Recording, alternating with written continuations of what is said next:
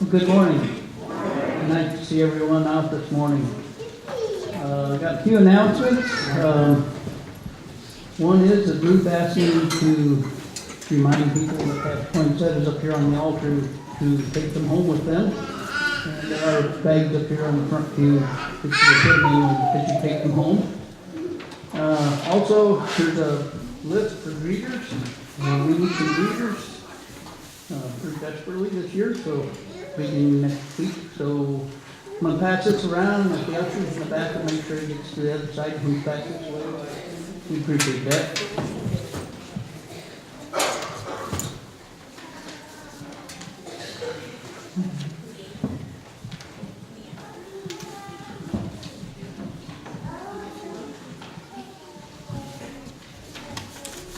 Are there any other announcements? I know Deb has one.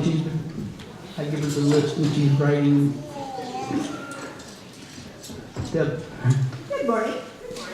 Just a reminder, I'm going to be starting up my study group on Thursdays at 1 o'clock again, and the book we're using is entitled Transitions, Making Sense of Life's Changes. As we all know, never does anything stay the same. So I'm hoping you'd be interested in coming. It's Thursday at 1, and I just need to get the books ordered, which will be after the holidays, so I will be doing that next week, and I just need to know how many books to get. So please let me know if you're interested in doing that. Thank you. Are there any other announcements? If not, let's prepare our hearts and minds as we listen to our prelude.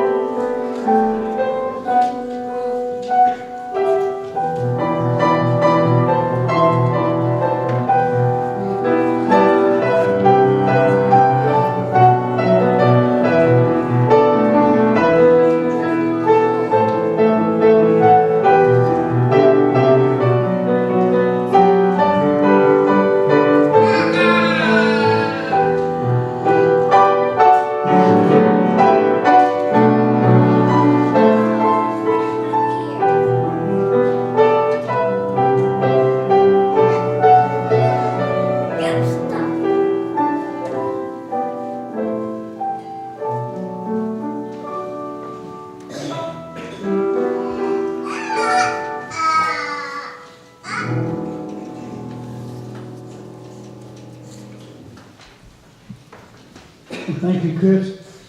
Would you please rise and join in the call to worship? We have celebrated the birth of Jesus, but how shall we know him when he comes?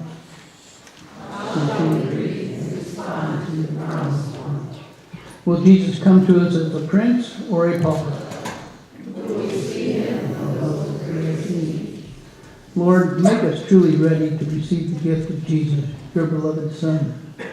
Open our hearts to good news. Jesus brings to us. Amen. Our hymn this morning, Hark the Herald Angels Sing, is found in the hymnal on page 240.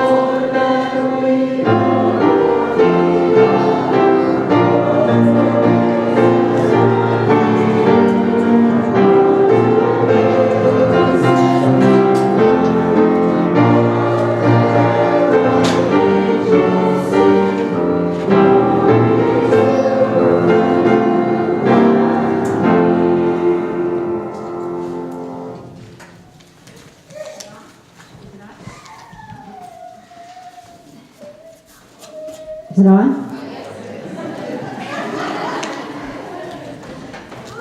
Good morning, everybody. You know, I was so worried that I was going to be the only one up here this morning. I thought everybody will be off doing something else, and look at all of you. It's great to see you. Did you have a good Christmas? You know, you can all come a little closer if you want to. You seem so far away. I am really excited today because I have two of my special people in my life here with me today. I have Genevieve and Owen here, all the way from Houston, Texas. So we're celebrating Christmas. Did all of you have a good Christmas? Santa Claus good to you? Yeah? Good. Wow. Did this ever happen to you? When you were out shopping and you heard an announcement over the loudspeaker and it went something like this. May I have your attention, please? We're looking for a 6-year-old child who's lost. His name is John, and he's wearing blue jeans and a red shirt. If you find John, please bring him to the customer service desk. Did you ever hear an announcement like that when you were out shopping? Oh. Did you ever get lost when you were out shopping? No? Janet says, yeah, she did. None of the rest of you ever got lost? How do you think that child got lost? How could that happen? How do you think it happened? How could he get lost? Do you think maybe he wandered away while Mom was shopping and started looking at the toys or something, maybe like that? How do you think he felt when he got lost? He looked up and he didn't see his mom and dad. How would he feel? A little bit excited? A little bit nervous, maybe? How would you feel if you got lost? Anybody know? You know, John was probably having a good time in the toy department, and he probably never even realized that he was lost. Have you ever been lost anywhere? Nobody's ever been lost? You've been lost? It's kind of scary, isn't it? Not knowing where mom and dad are. Were you afraid when you got lost, or did you know mom and dad would find you? You knew they'd come looking for you, and they'd find you, didn't you? Do you think Jesus ever got lost? Anybody? You think he did? He might have. In fact, the Bible story we have today is about Jesus as a child. You know, we don't know a lot about Jesus when he was a child, because the Bible just doesn't tell us very much. This is probably one of the first story that we have after the story of his birth. It's the story of when he got lost. Every year, Jesus' parents went to Jerusalem for a festival called the Passover. And when Jesus was 12 years old, they attended the festival as usual. And when the celebration was ended, Joseph and Mary started back to their home, which was Nazareth. Jesus stayed behind in Jerusalem. At first, his parents didn't even know that he wasn't there. They probably thought he was with the other kids, or maybe with some other friends traveling together. But when it got to be evening, and Jesus still didn't show up, they became pretty worried. And they started to look and ask their friends and their relatives, "Where's Jesus?" But Jesus was nowhere to be found. And when they couldn't find him anywhere, they decided they better go back to Jerusalem and search for him there. And they searched for 3 days before they found him. You know where he was? Some of you may have heard this story before. You know who he was? What do you think he was?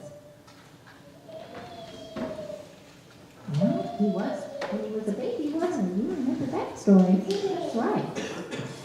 But when they found him, he was in the temple. You know what the temple is? It's like a church. He was there, and he was talking to all the religious leaders, the priests and the ministers, the people there that knew a lot, the teachers that knew a lot about the Bible. And there was Jesus talking to all of these religious leaders. And he was listening to them and learning everything he could. And he was asking a lot of questions about things. How do you think his parents felt? You can imagine Mary and Joseph were really happy to see him, but they were probably a little bit unhappy with him too. And Mary said, "Son, why have you done this to us? Your father and I have been frantic with worry. We searched for you everywhere." And Jesus answered, "Why did you search for me? Didn't you know I would be about my Father's business?" He was God's son, and he was learning all he could. When we hear this story, we sometimes wonder how Mary and Joseph could have been so careless as to go off and leave Jesus behind in Jerusalem. But before we become critical of Mary and Joseph, perhaps we should look at our own life. Do we sometimes become so focused on what we're doing that we leave Jesus completely out of the picture? When we realize that we've left Jesus behind, we need to do what Mary and Joseph did. We need to go back to the place that we found him, and that's where we will find him. Right where we left him. Shall we bow our heads and pray together? Heavenly Father, thank you for the gift of your Son. Help us to keep him in the center of our lives, and may we never leave him behind. Amen. Well, I wasn't given any of those little blue cards that we passed out, so there was no joys or concerns. I'll just give you a second chance. Is there any joys or concerns out there? Uh-huh. Right. Good to see you, Jean. Good to see you. Good to be back. Yeah. You've had a struggle, you haven't had a struggle. With the cars and the prayers and everything, it's wonderful. Yeah. And I'd like to thank Chris for, it's a joy to have you here today playing for us. Thank you.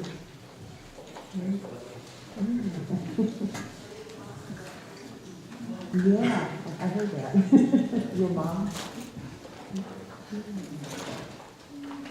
And I just want to mention that Pastor Pete and his wife, they're on a mini vacation, and just keep them in prayer for safe travels for us. And I think we're going to our prayer hymn for a few minutes, okay?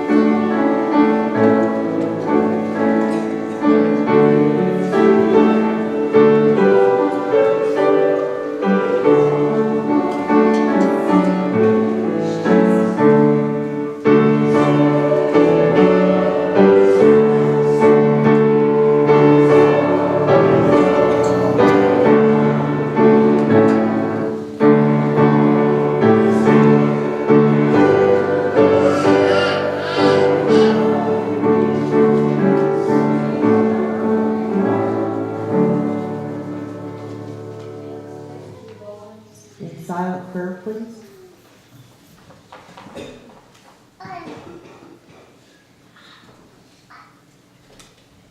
Gracious and loving Lord, we reach for the stars this coming year, like the wise men so long ago. Thank you for the light as we begin this year.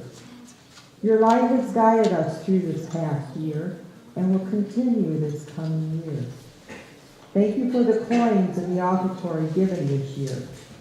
Thank you for our missions in our church, our fellowship, and our studies. Your light will guide us to seek out more hospitality.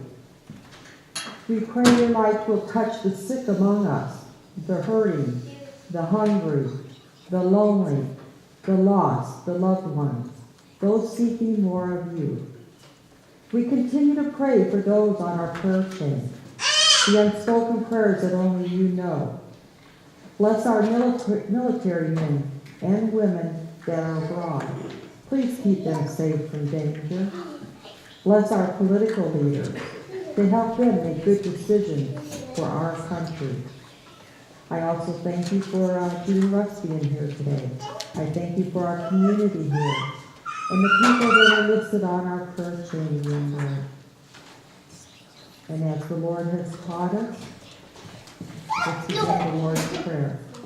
Our Father, who art in heaven, hallowed be thy name. Thy kingdom come, thy will be done, on earth as it is in heaven. Give us this day our daily bread, and forgive us our trespasses, as we forgive those who trespass against us. And lead us not into temptation, but deliver us from evil. For thine is the kingdom, and the power, and the glory forever. Amen. At this time, let our ushers please come forward to serve us.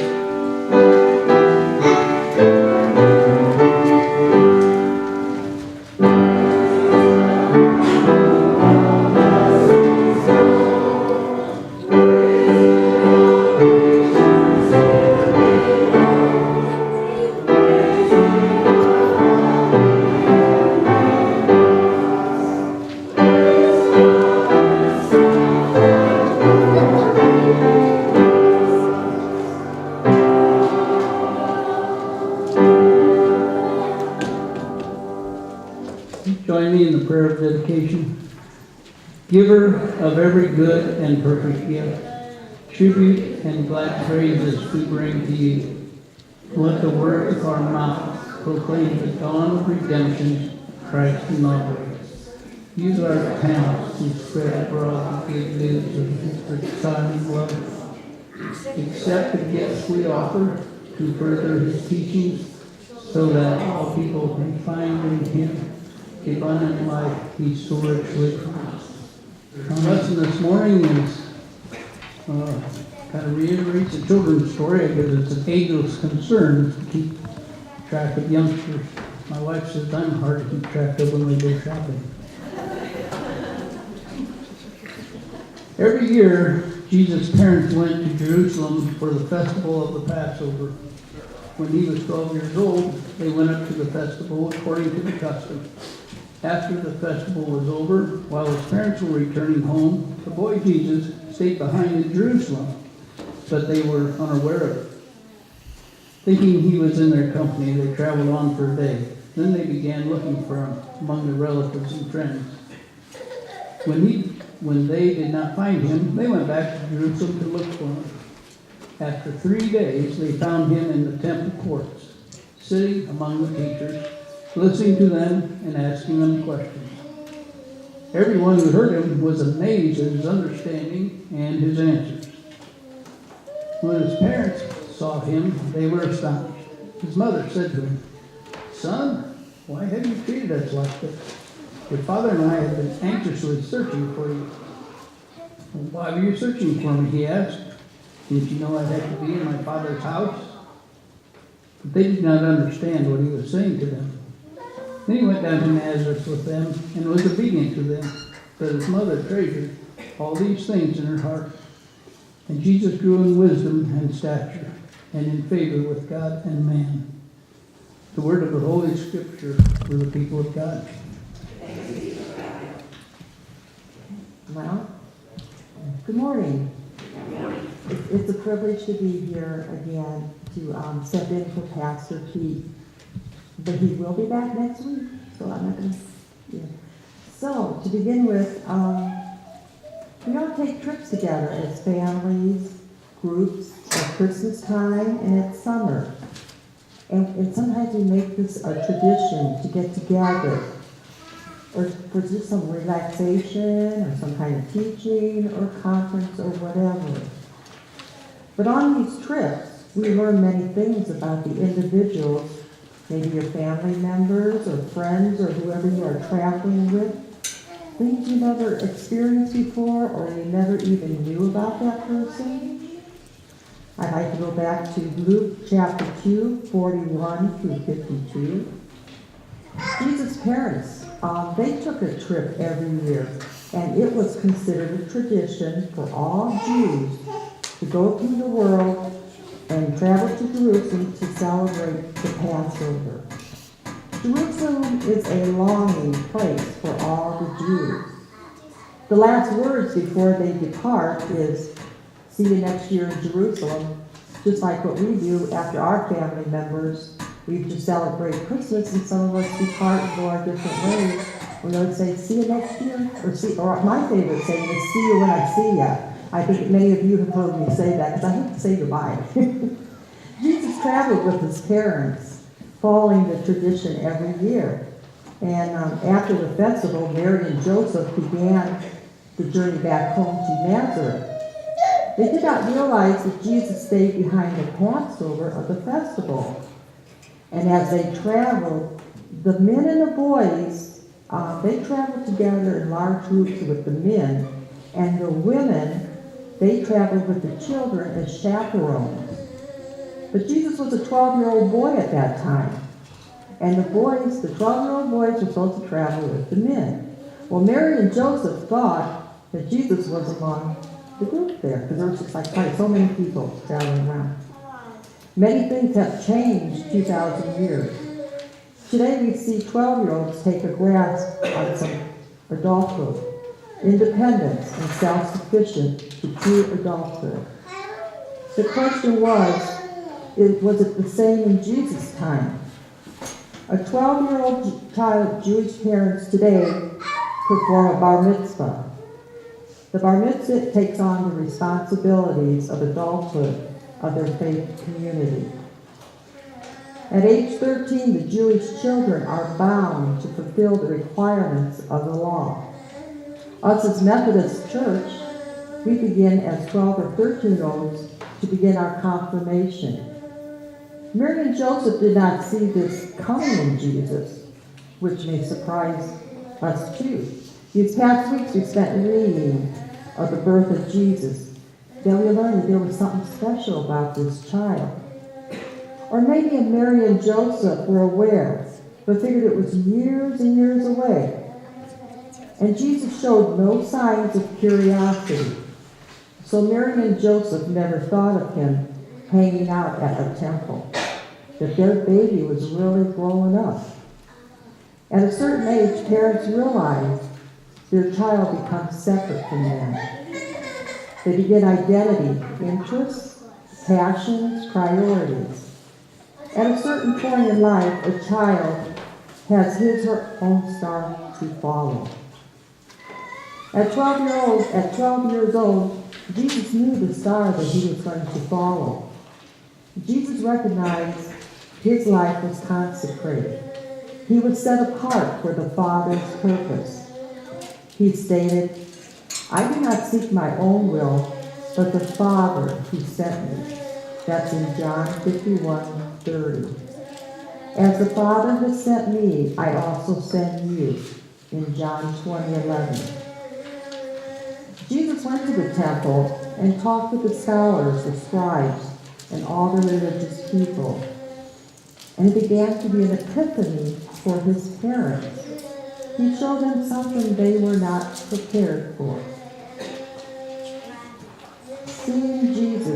Seeing God through Jesus is breathtaking. Maybe Joseph and Mary were not prepared. None of us are prepared to see someone familiar to us. Maybe a child of yours, a parent, a friend, an acquaintance, a loved one. To see their true identity is breathtaking. Jesus did arise. He arose. He shone. But he also shone he was 12 again. Because he asked his parents, Mary and Joseph, "Did you know where I was?" The question is, what star will you follow in 2019? We are at a point when we realize there's a star that we want to follow. Allow God to show you the star to follow. Arise and shine, for your light has come. Emmanuel, he is with us always. Thanks be to God. Amen.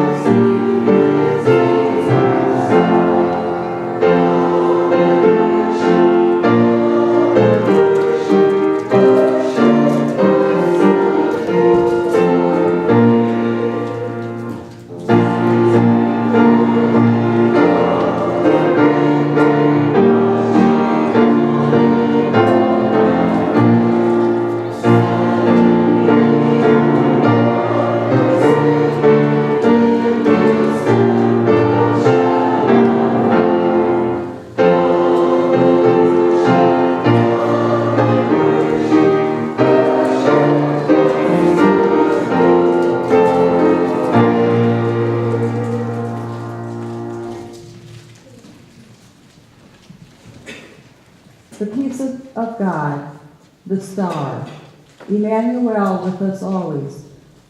May the Holy Spirit go with you this week and forever, and let his light shine through you. Go and make disciples of Jesus Christ. Amen.